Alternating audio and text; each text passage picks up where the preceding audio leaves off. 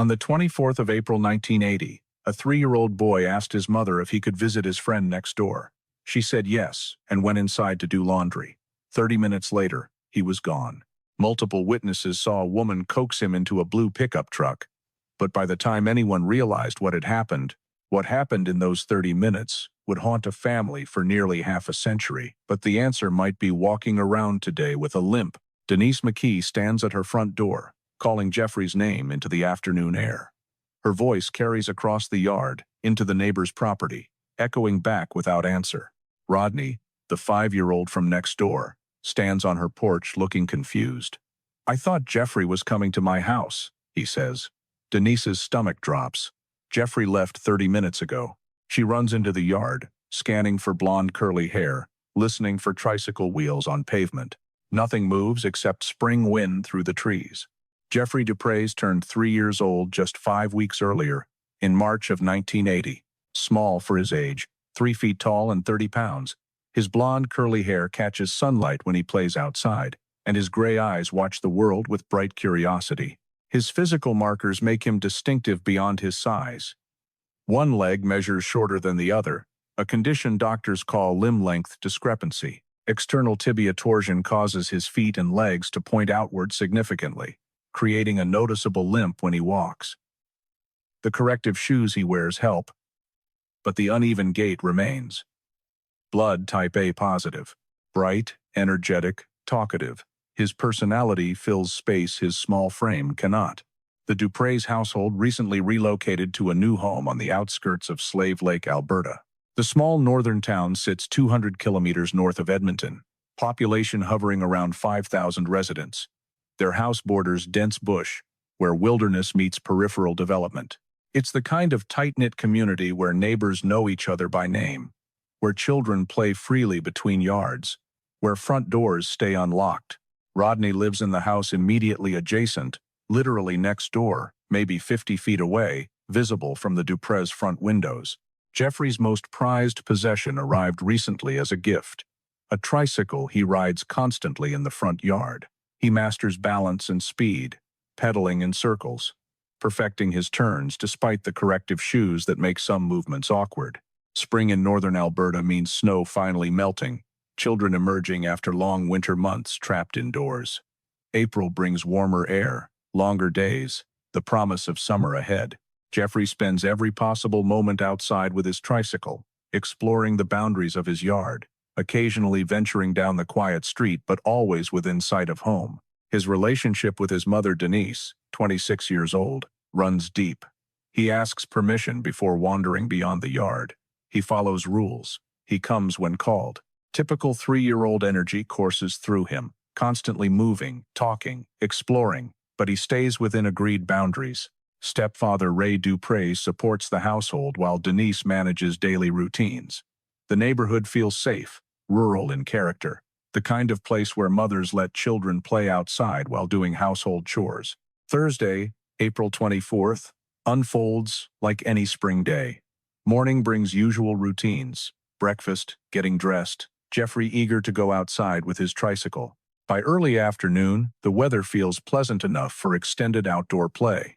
But this day carries unusual context. Slave Lake faces a significant wildfire threatening town limits. Evacuation preparations spread through the community. 125 Royal Canadian Mounted Police officers deploy throughout town managing the fire emergency. Sirens sound periodically. Smoke hazes the horizon. Vehicles move through streets with unusual frequency as disaster committees coordinate response. The atmosphere crackles with tension. A tension divided between normal life and environmental crisis.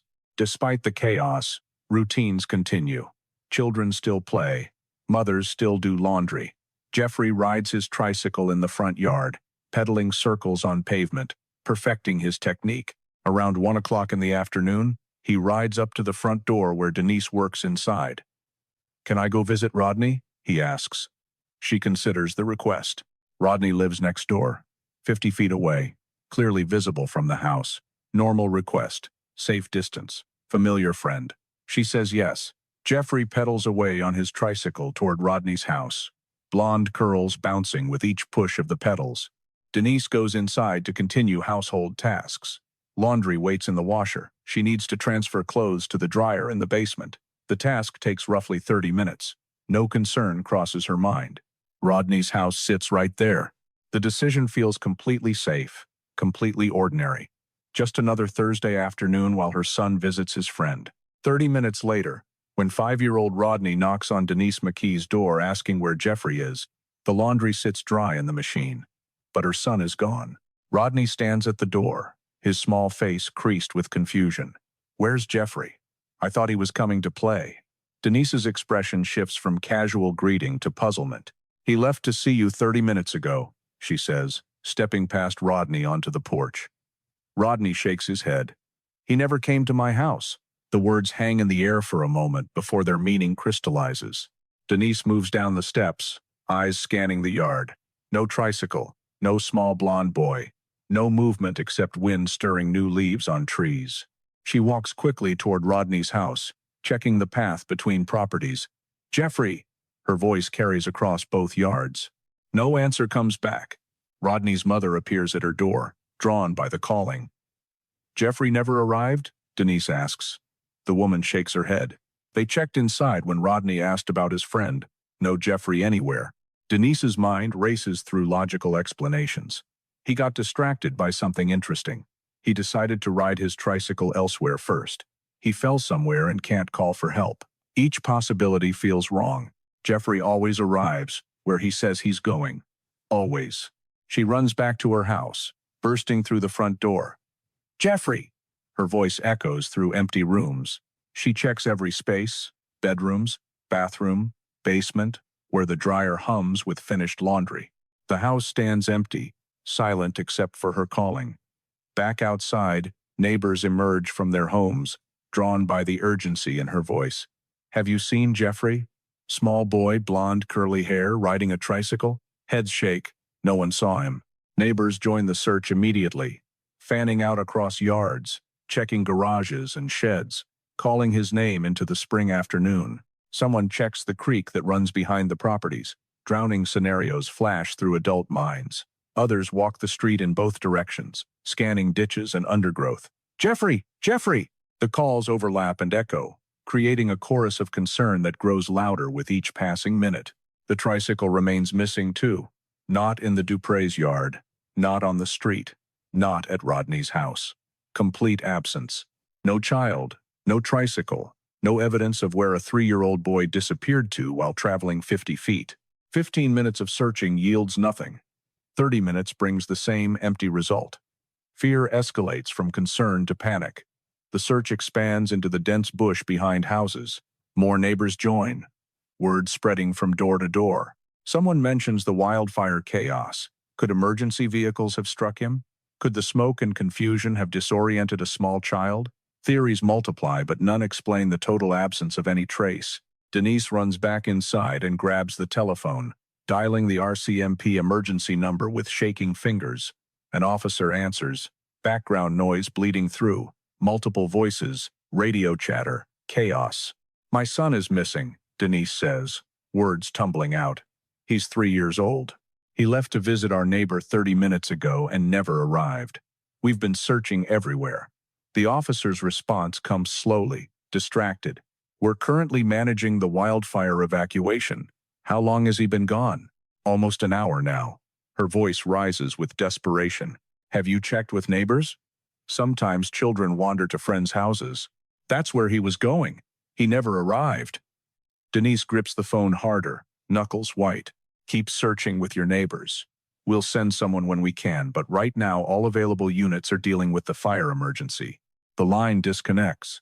Denise stares at the receiver, disbelief mixing with terror. 125 RCMP officers stationed throughout Slave Lake, but none available for a missing 3-year-old.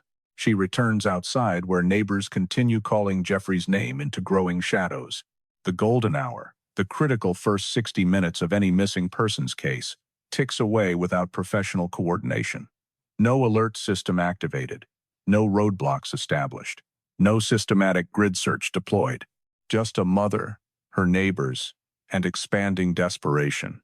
While Denise searched her basement and made her futile phone call, A scene unfolded on the street that witnesses would only understand in retrospect.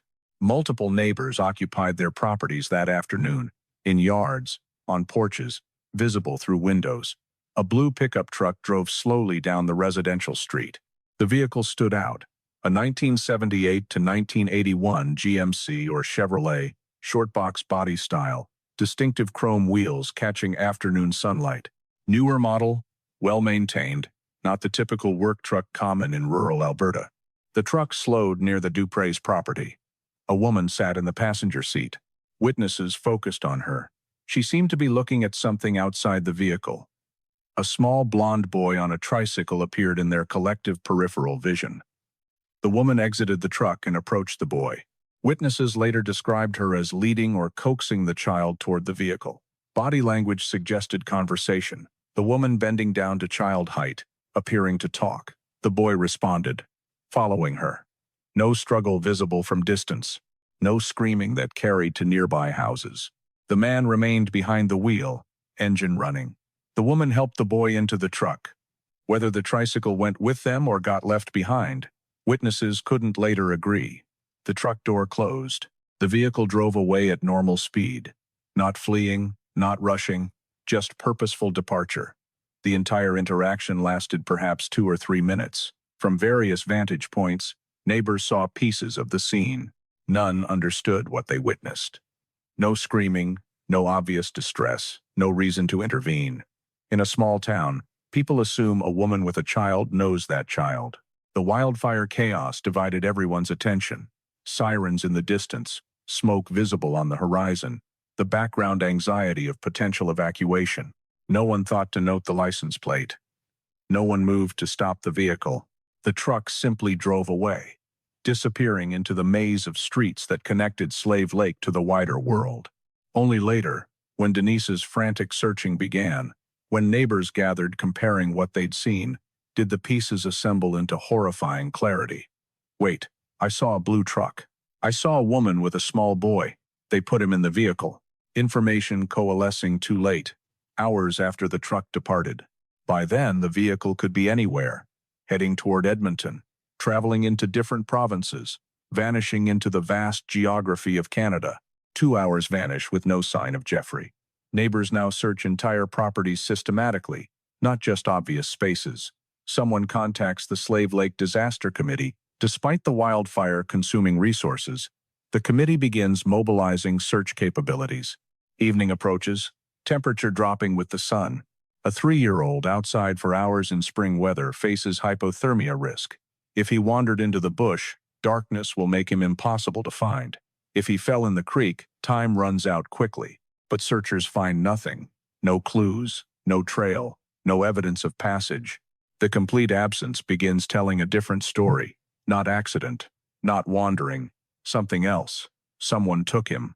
The blue truck witnesses start reporting what they saw. Descriptions match across multiple accounts.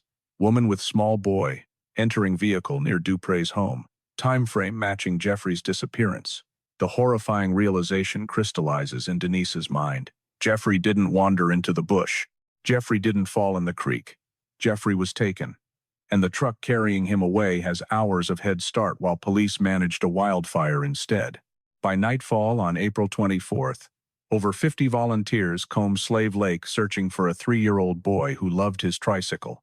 But the blue pickup truck witnesses described had hours to travel anywhere in Canada.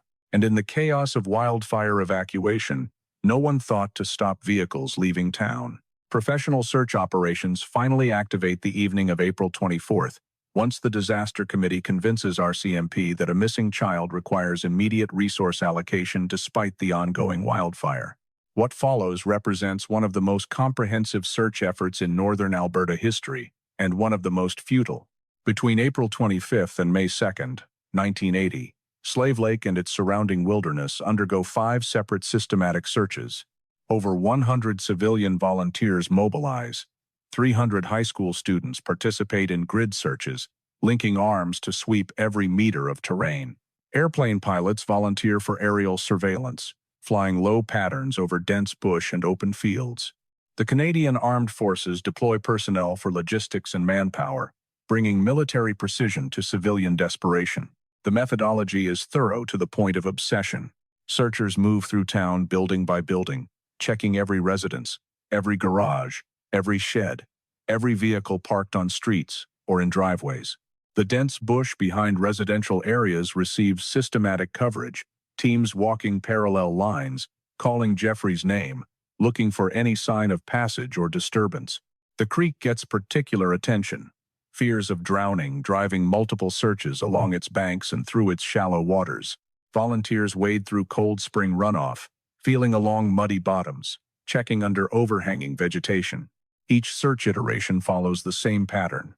Mobilization at dawn, systematic coverage through daylight hours, demobilization at dusk, debriefing sessions where coordinators mark completed areas on maps. The searches overlap, covering the same ground multiple times from different directions. If Jeffrey wandered into the wilderness and collapsed from exposure, searchers will find him. If he fell into water and his body snagged on debris, they will locate him. If he crawled into a culvert or abandoned structure, systematic building checks will discover him. The search operates on the assumption that a 3-year-old boy cannot simply vanish without leaving trace evidence somewhere. But 5 searches yield identical results. Nothing. No Jeffrey, no tricycle, no scrap of clothing, no physical evidence of any kind. The absence feels impossible, defying logic and probability. A child that small cannot cover significant distance quickly. The corrective shoes he wore would slow him further. His distinctive limp would leave identifiable tracks in soft spring mud. Yet the earth reveals nothing. The bush holds no secrets. The creek surrenders no body. After 8 days of relentless searching, investigators and family reach the same grim conclusion. Jeffrey is not in Slave Lake. He never was, beyond that first terrible hour. Someone removed him from the area before searches even began. The blue truck becomes the investigation's primary focus. Witness interviews produce consistent descriptions. 1978 to 1981, General Motors pickup, short box configuration, blue exterior, chrome wheels. The woman passenger, the male driver, the small blonde child they placed in the vehicle. RCMP investigators compile the information and begin systematic review of vehicle registration databases. Every blue GM pickup registered in Alberta gets checked. Owners get interviewed or eliminated through alibi verification. The process consumes weeks of investigative time. None of the registrations lead anywhere. Either the truck belongs to someone outside Alberta, or the registration doesn't accurately reflect the vehicle's current appearance, or the witnesses' descriptions contain errors that prevent matching. The couple in the truck remains unidentified ghosts. No names, no clear physical descriptions beyond woman and man, no connection to Slave Lake or the Dupres family. The working theory solidifies. Non-parental abduction by strangers who removed Jeffrey from the province or possibly the country. The wildfire chaos provided perfect cover. Police distracted, community disrupted, normal vigilance compromised. The abductors chose their moment well, whether through planning or opportunistic recognition of favorable conditions. Denise McKee spirals into nightmare that won't end. Her son vanished while she transferred laundry from washer to dryer. 30 minutes of domestic routine while strangers stole her child. The guilt crushes her despite logic insisting she did nothing wrong. Rodney lived next door. Jeffrey asked permission. The distance was 50 feet. Every parent in Slave Lake would have made the same decision. But Denise's son is gone, and she made the choice that led to his absence. Ray Dupres supports the search efforts, but the family fractures under pressure. A missing child destroys normalcy, replaces routine with endless waiting and searching. The community of Slave Lake reels from compounded trauma. The wildfire already stressed everyone. Evacuation preparations, creating anxiety and disruption. Now a child is missing, taken during the chaos. His disappearance enabled by the very emergency that should have protected the community through increased police presence.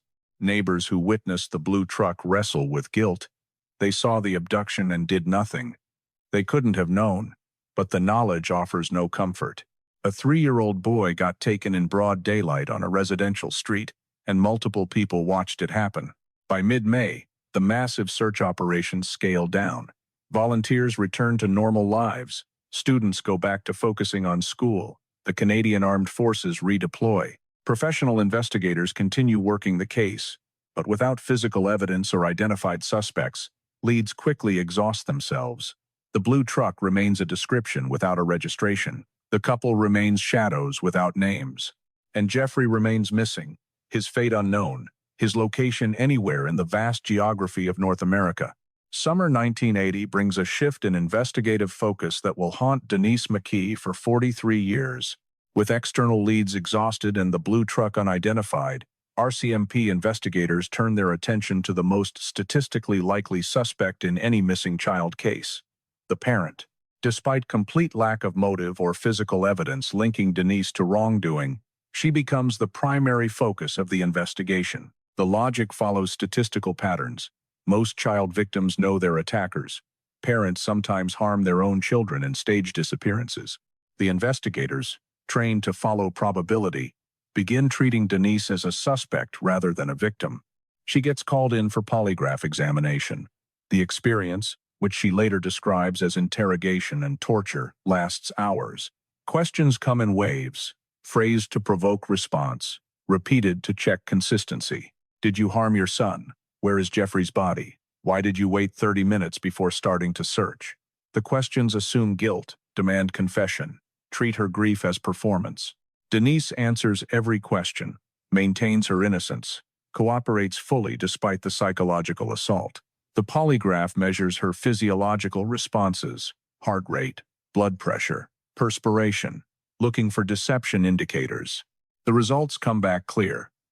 No deception detected. Denise passes the examination. Investigators review the results and officially rule her out as a suspect. The investigation should pivot back to external theories, to the blue truck and the unidentified couple. But something breaks in the communication chain. Someone fails to document the clearance properly. Someone neglects to inform Denise that she's no longer considered a suspect. The information stays locked in police files while Denise returns to her life, believing investigators still suspect her. The community whispers spread. People know she took a polygraph. Small towns don't keep such secrets well. But without official confirmation of her clearance, the whispers carry insinuation.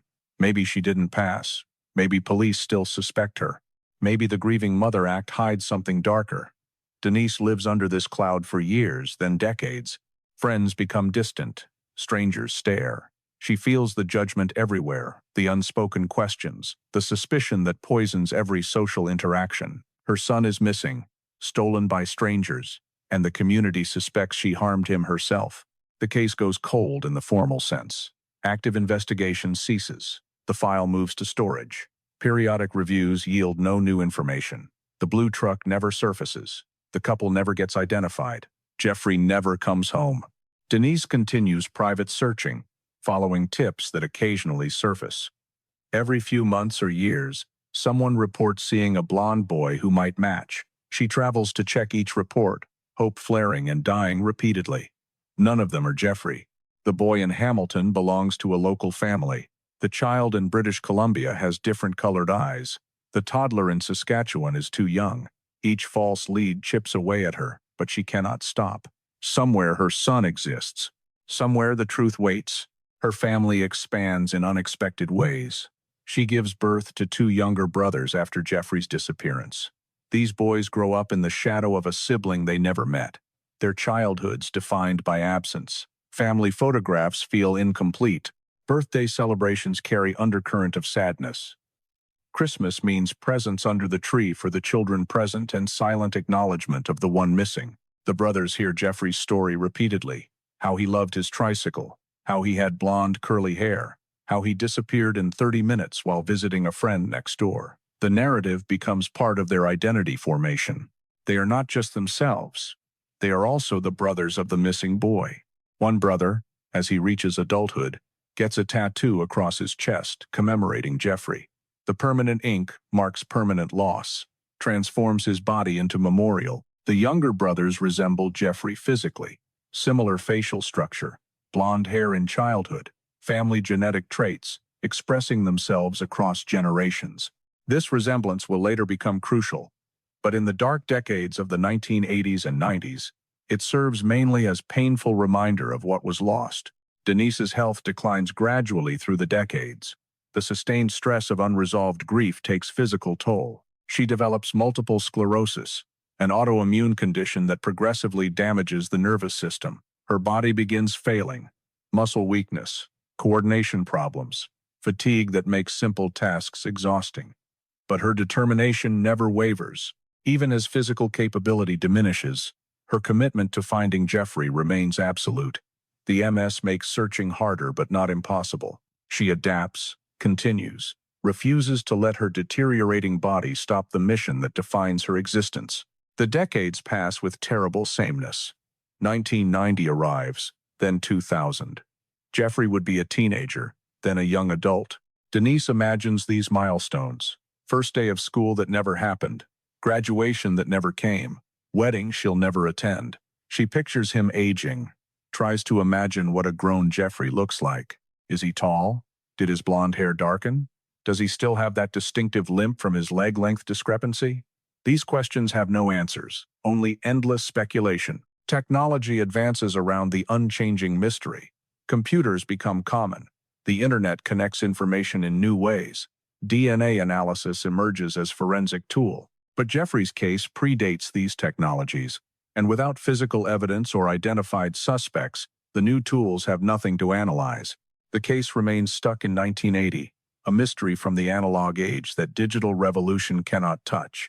The blue truck, if it still exists, is now decades old. The couple who drove it are middle-aged or elderly, and Jeffrey, if alive, is a man in his 20s, then 30s, possibly living completely normal life under different name, entirely unaware that a family searches for him. Or he's dead, his remains somewhere waiting to be discovered, his truth buried with him. Denise lives in the space between these possibilities, unable to grieve properly because death remains unconfirmed, unable to hope fully because reunion seems impossible. Through it all, the RCMP never tells her what their files contained since 1980, that she passed the polygraph, that she was ruled out as a suspect, that investigators cleared her 4 decades earlier.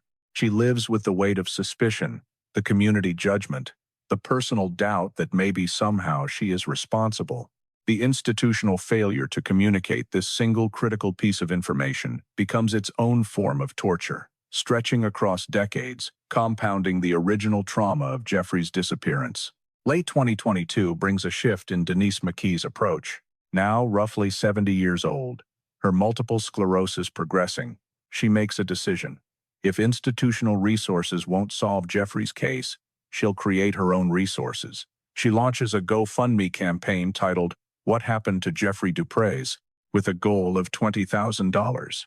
The funds target specific objectives: hiring a private investigator for dedicated case review, commissioning updated forensic age progression artwork, financing a nationwide postering campaign to distribute Jeffrey's image and story. The campaign attracts modest funding, $4,014 by early 2023. But more importantly, it generates renewed media attention. The story of a 70-year-old woman with MS, still searching for her son after 42 years, catches public imagination. Journalists pick up the narrative. True crime podcasts feature the case. Social media platforms spread Jeffrey's story to audiences who weren't born when he disappeared. The publicity creates pressure that institutional inertia cannot ignore. Denise hires Anna J. James from Recover Agency, a private investigation firm specializing in cold cases. James brings fresh perspective and dedicated attention the RCMP case file hasn't received in decades. She also engages genealogists Trish Fedeko-Millard and Lisa Jo Shealy, specialists in the emerging field of investigative genetic genealogy. This technology, used to solve decades-old murder cases through DNA database analysis, offers new avenue for finding missing persons who may be living under different identities. The genealogist's work begins with Denise's DNA. She provides samples that get uploaded to commercial databases like 23andMe and Ancestry.com. The strategy operates as passive search. If Jeffrey is alive and ever takes a consumer DNA test for genealogical curiosity, the system will flag the familial match automatically. If Jeffrey has children who test their DNA, Those results will show biological connection to the McKee family tree. The databases grow exponentially each year as millions of people explore their heritage through genetic analysis. Each new upload increases the probability of eventual match. Parallel to the DNA work, Denise commissions new age progression artwork. She contacts Tim Whidden, a forensic artist based in the United Kingdom with specialty in aging missing persons. Whidden faces unusual challenge, creating image of 45-year-old man from photographs of 3-year-old boy with no intervening images to track actual aging process. He solves this by incorporating genetic information from Jeffrey's younger brothers. The brothers, born after Jeffrey's disappearance, carry the same family genes. Their adult faces provide template for how Dupres' genetics express in maturity. The resulting artwork depicts a middle-aged man with features that blend Jeffrey's childhood appearance with his brother's adult characteristics. The image gets distributed through social media, missing persons databases, and targeted campaigns in regions where Jeffrey might potentially live.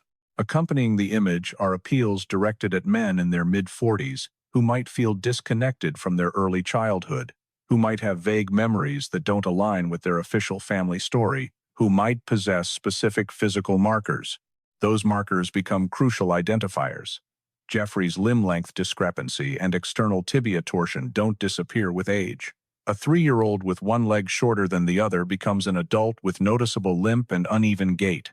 The rotational deformity that made his feet point outward as a toddler persists throughout life. Medical records would show orthopedic treatments, corrective surgery, specialized footwear, physical therapy. These physical anomalies can't be hidden or explained away.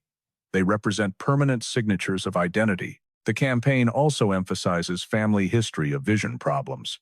Jeffrey likely wears glasses or contacts as an adult. His blood type, A positive, provides biological marker for verification.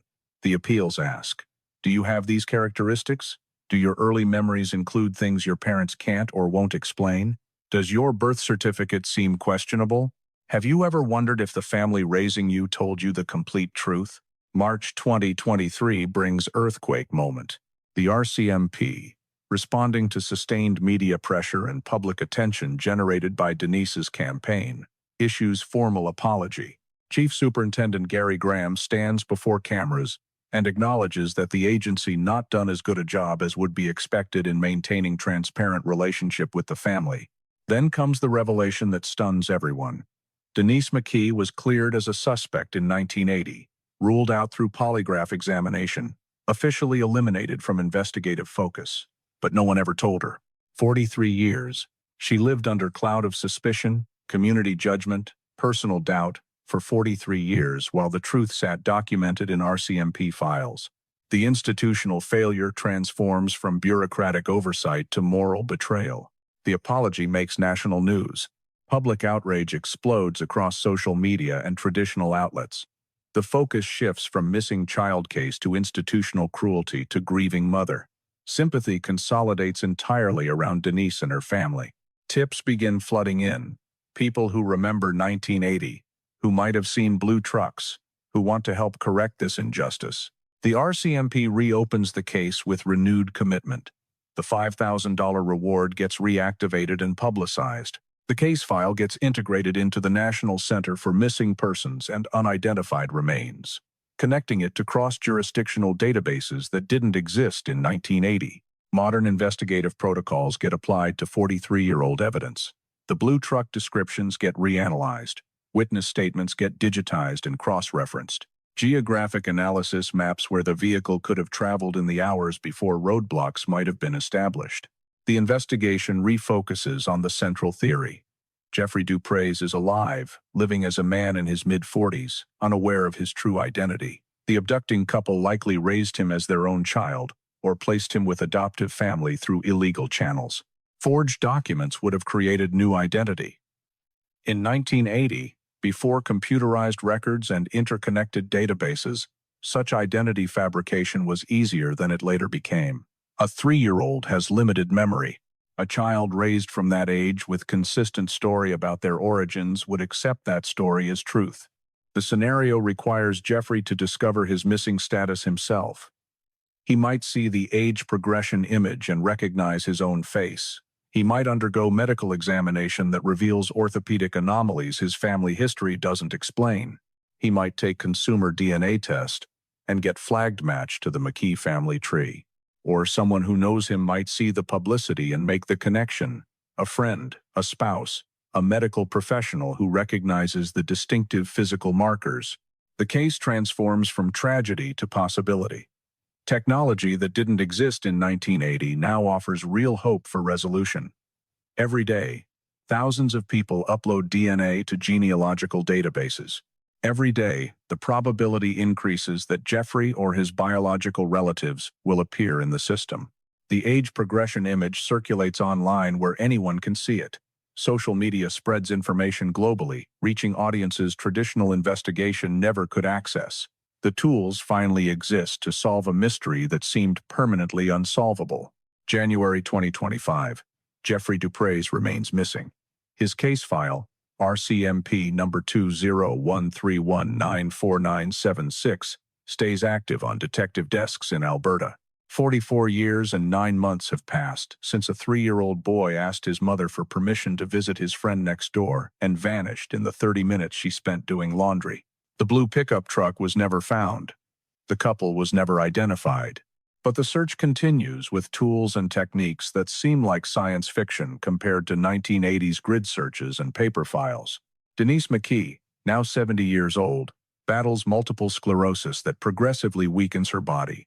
Some days she struggles to walk. Some days fatigue makes simple tasks exhausting. But her mind stays sharp, her determination undiminished.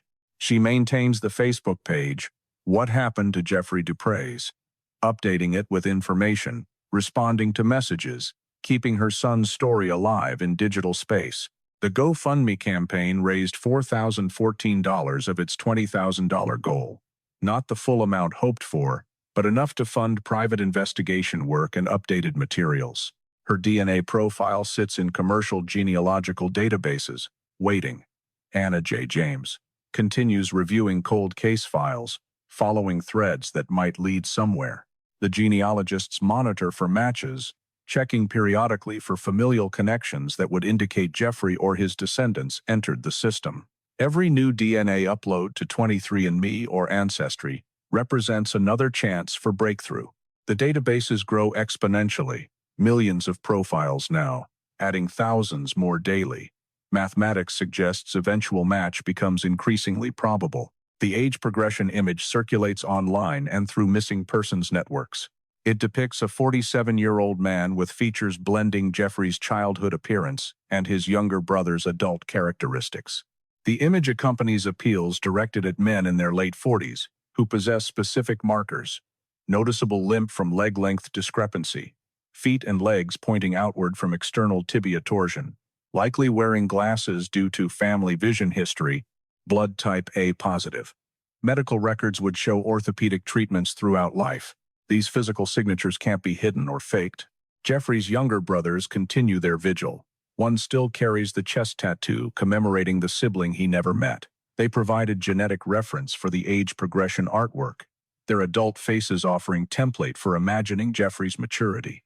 They grew up defined by absence, their identities shaped by being brothers of the missing boy.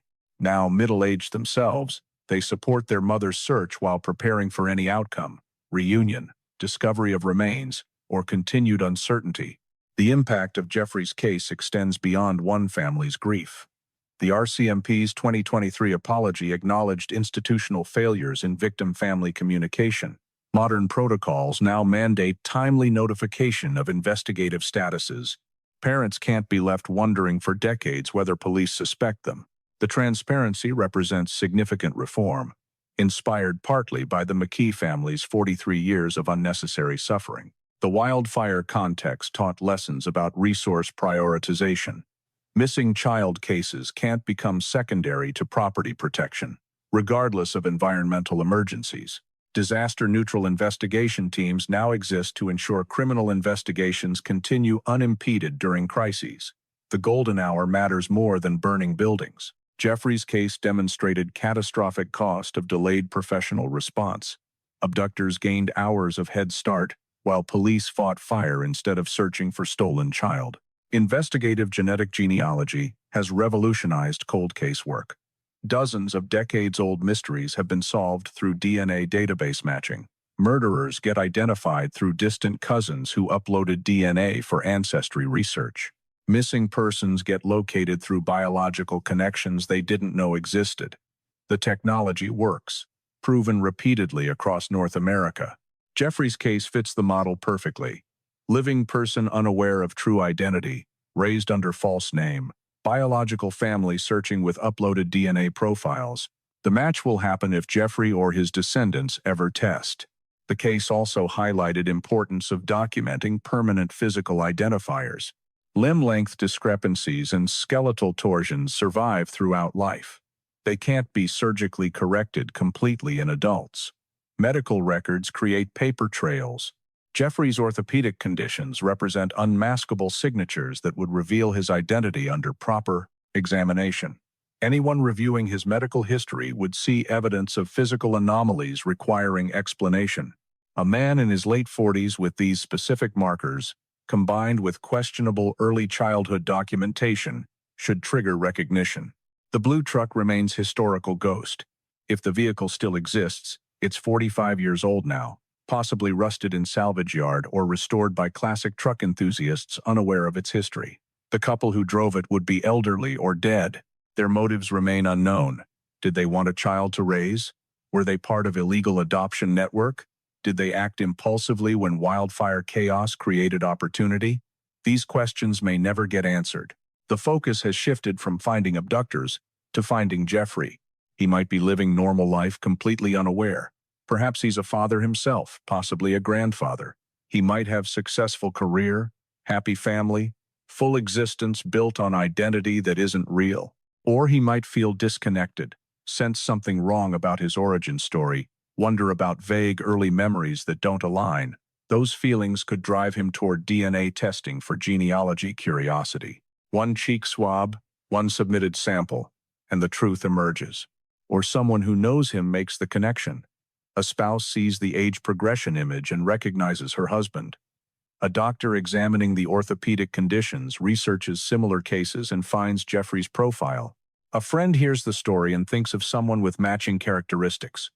The resolution might come from Jeffrey discovering he's missing, or from others recognizing him in the widely distributed materials. Denise prepares herself for any outcome. If Jeffrey's alive and unaware, she wants reunion but accepts he's lived entire life as someone else. She won't demand he abandon the family who raised him or reject the identity he's known. She simply wants him to know the truth, that he has biological mother who never stopped searching, brothers who grew up in his shadow, family who loved him despite his absence. If remains are discovered and identified through DNA, she'll finally have closure and place to mourn. If uncertainty continues, she'll keep searching until her body fails completely. The message she sends through media and social platforms carries simple power. Wherever you are, whatever life you've lived, you were loved then and you're loved now. Come home. It's invitation without demand. Recognition that Jeffrey has agency in this story. He's not the 3-year-old who disappeared anymore. He's a man who deserves truth about his origins, but also respect for the life he's lived. The community of Slave Lake remembers. The wildfire that raged in 1980 has long since been extinguished and forgotten. But the boy who vanished during that chaos remains part of local history. Older residents recall the searches, the blue truck, the terrible realization that a child was taken in broad daylight while witnesses watched without understanding. Younger generations learn the story. Another cautionary tale about how quickly normal becomes nightmare. Technology offers genuine hope where none existed before. The databases grow daily. The age progression image reaches millions online. The physical markers can't be hidden. The DNA waits for matching profile. Every day brings possibility of breakthrough. Every upload to genealogical database might be the one that flags Jeffrey's connection to the McKee family tree. The answer exists somewhere. It must. A 3-year-old boy didn't simply cease to exist in 30 minutes. Someone knows what happened. Perhaps that someone is Jeffrey himself, living with limp and outward-pointing feet, never questioning why his body carries these signatures, never wondering if the family who raised him told complete truth. 44 years is a lifetime to search. Denise McKee spent more time looking for her son than she spent with him. 3 years and 1 month of Jeffrey's presence, followed by 4 decades of absence. But she won't stop. Can't stop.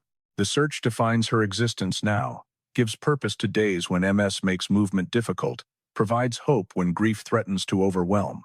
Technology finally caught up to 1980s mystery. The tools exist. The infrastructure is ready. Somewhere, Jeffrey Dupres walks around with distinctive limp, unaware that DNA databases hold the key to his true identity. For Denise McKee, who said yes when her 3-year-old asked to visit a friend next door, the search will never end until her son, whoever he's become, wherever he's been, finally comes home. If Jeffrey's story moved you, or if you know someone with unexplained orthopedic conditions who might be 47 years old, please subscribe to our channel. Your support keeps these cases visible and gives families like the McKees hope that somewhere, someone is listening. Hit subscribe and turn on notifications because the next case we cover might be the one that finally gets solved.